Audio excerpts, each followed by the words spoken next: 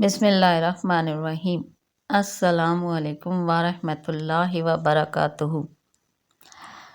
قرآن و حدیث کا ہر ذکر اور وظیفہ سچے مسلمان کو اللہ کی جنت کی طرف لے جاتا ہے، اور ہمارے دین میں بالخصوص 9 وظائف ایسے ہیں جن پر پابندی کرنے والے کو رسول پاک صلی اللہ علیہ وآلہ وسلم نے جنت کی بشارت سنائی ہے۔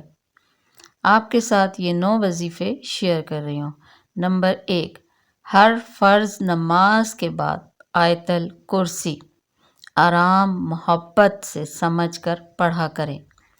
نمبر 2، سورۃ الملک سے خصوصی لگاؤ، اس کو حفظ کریں اور رات کو لازمی سونے سے پہلے پڑھیں۔ نمبر 3، اللہ تعالیٰ کے پیارے 99 نام، ان کو یاد کریں اور معنی جو ہے وہ سمجھ کر پڑھا کریں۔ نمبر 4، صبح و شام سید الاستغفار کے صبح شام کے علاوہ بھی اس کو پڑھتے رہیں، کوئی سا بھی استغفار، لیکن سید الاستغفار جو ہے اس کو 1 دفعہ صبح اور 1 دفعہ شام لازمی پڑھیں۔ نمبر 5 پہ یہ ایک دعا ہے جسے کم از کم صبح و شام 3 مرتبہ پڑھنا ہے۔ یہی دعا جو ہے قبر کے 3 سوال ہیں کہ آپ کا رب کون ہے، اور آپ کا دین کون ہے، اور آپ کے نبی کون ہیں، تو اس میں اس کے بارے میں بتایا گیا ہے۔ اور نمبر 6 پر ہے اللہم اجرنی من النار، یہ جو ہے آپ فجر اور مغرب کے بعد 7 مرتبہ لازمی پڑھیں۔ اسی طرح نمبر 7 جو بہت دفعہ ہر کوئی اس کو الحمدللہ پڑھتا بھی ہوگا، سبحان اللہ العظیم و بحمدہ، بہت مبارک بول ہے، اس کو لازمی ایک تسبیح روزانہ ورد کر کر پڑھیں۔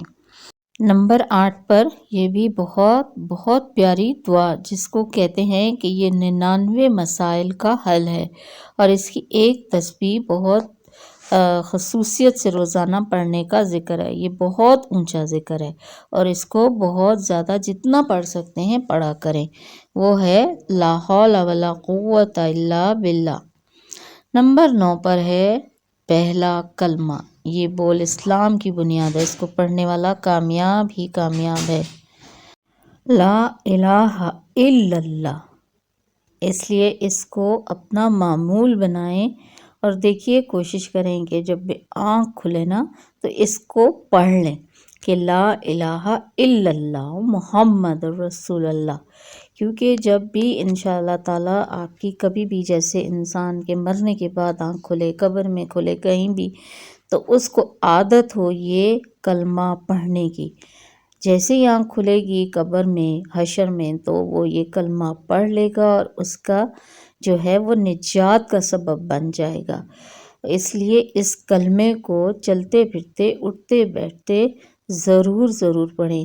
یہ میں نے آپ کے ساتھ 9 بہت ہی قیمتی وظائف شیئر کر دی ہیں، جو کہ آپ ایک وظیفہ نہ سمجھیں بلکہ روزانہ کا معمول سمجھیں، اپنی زندگی کا ایک ضروری حصہ سمجھیں، اور مجھے بھی اپنی دعاؤں میں یاد رکھیں، اور اس وظیفے کو ان 8-9 وظیفے جو آپ کو بتائی ہیں، چیزیں بتائی ہیں، ان کو اپنے پیاروں کے ساتھ شیئر کریں تاکہ جنت میں آپ کے ساتھ آپ کے پیارے بھی موجود ہوں انشاءاللہ تعالی۔